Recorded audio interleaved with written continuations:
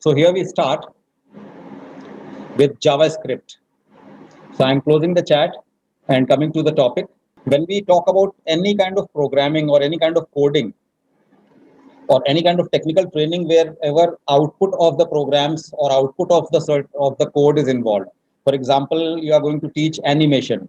You are going to teach any programming language like JavaScript is here, whatever Python. So wherever outputs are involved, the pedagogy of the topic changes slightly.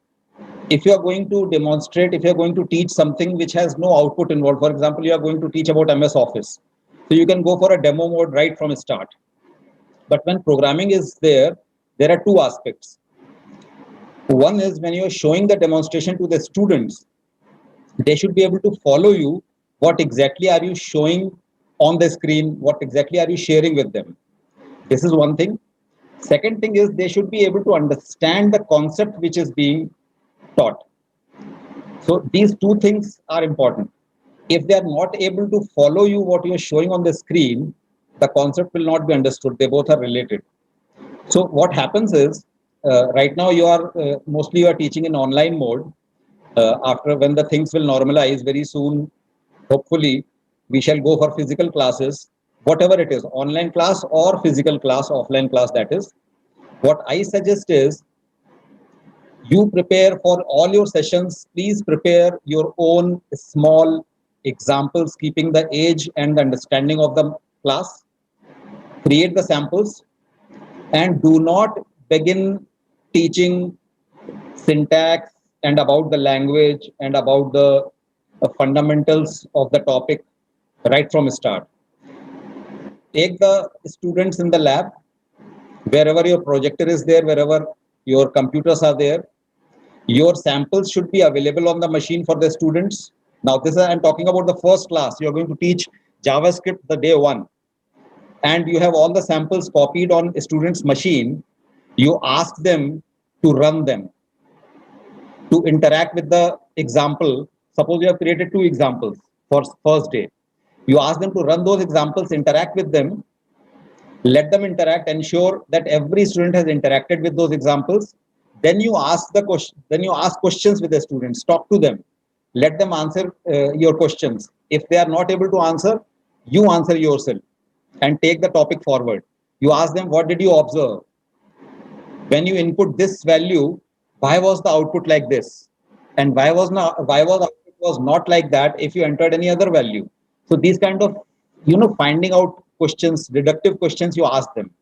So what you're doing is you're bringing them to the understanding of what they have done on the computer.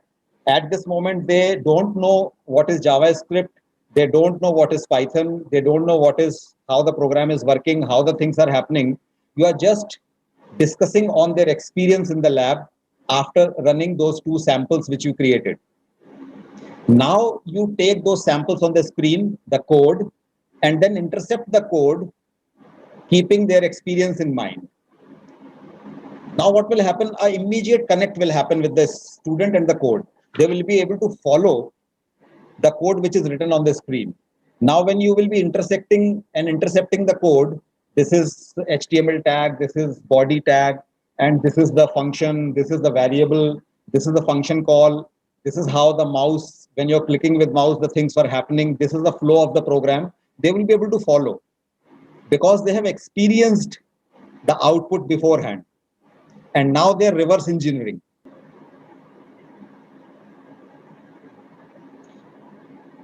Now let us have a look how we deal with variable in JavaScript.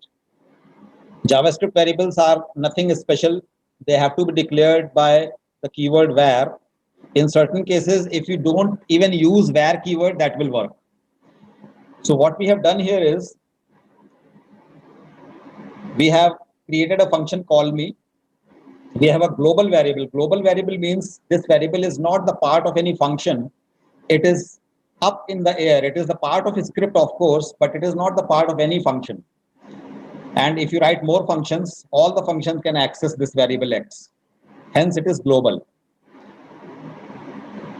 So this function is increasing the value of X and displaying it. Nothing special, just to show you how the function call and how the variables are being dealt with. script is calling this function 3 times in body. And if we quickly look at the output,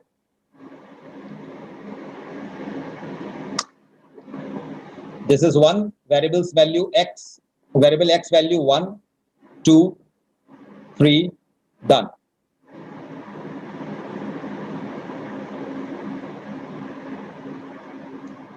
Once again, call me variable x value 1, call me x value 2, call me x value 3, done. So fair and simple. Rest of the concepts remain the same. You just created a variable and you have increased the variable by 1 and displayed it. Just to understand the flow of the function here. Moving on to the fourth program.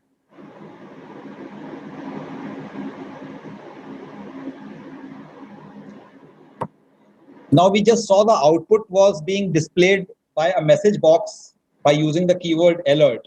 Alert is displaying a pop-up box, and that pop-up box was showing whatever we required. Now, other than pop-up box, there is another way. You can create a document. You can create a fresh web page, and in that web page, you can write the output. In JavaScript, the web page is denoted by an object called document. And there is a method which you can call on document object, that is write method. Whatever you are passing in alert, you can pass in write method. The only difference is the message will not come as a pop-up. The message will be dumped into a web page, which will be created fresh. So here, again, call me is happening 3 times. Variable is being increased. And document.write is displaying the output. Let us see how it is working.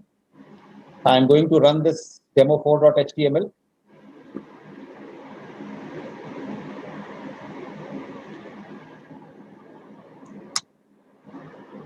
Did you see? 1, 2, 3 is here.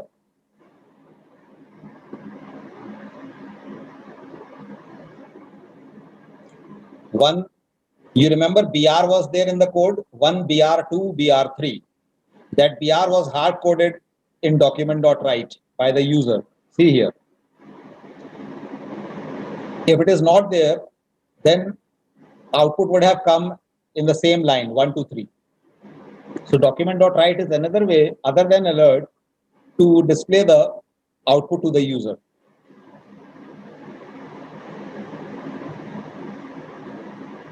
Moving on to next. This seems to be the same program, so I'm skipping it.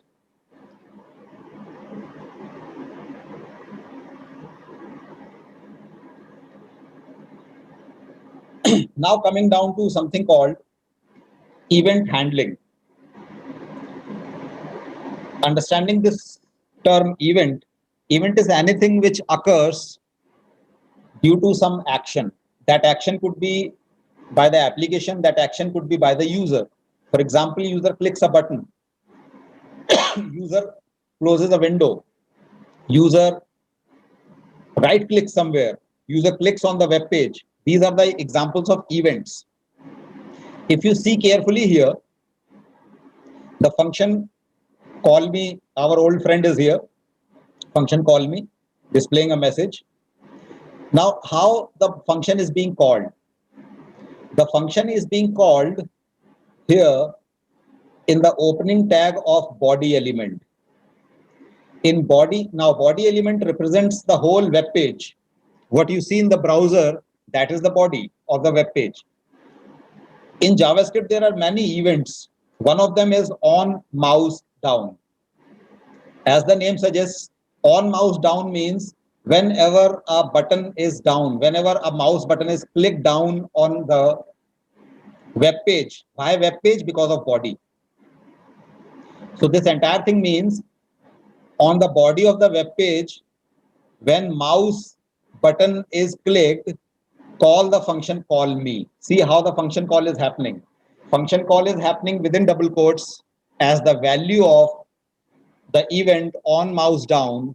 On mouse down event is like an attribute of body element. the opening tag. We use all the events as attributes in the opening tag of the concerned element, HTML element, and equal to, in value, we give the name of the function in double quotes, which we need to call. And the things are happening. Things must happen. Let us see.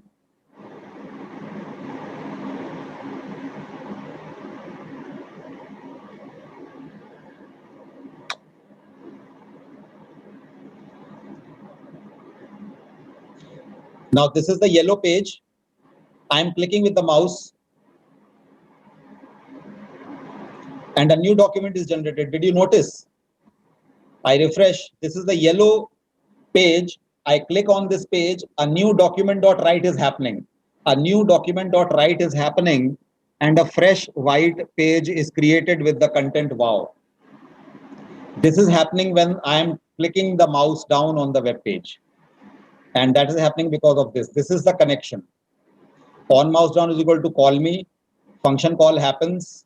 A new document is generated, and wow is written into that document. Simple. So this is the flow of the function call in case of an event. And this is how the events are bound with the functions. Event name is equal to function name, and event names go as attributes in the opening tag. I repeat, opening tag of the concerned element.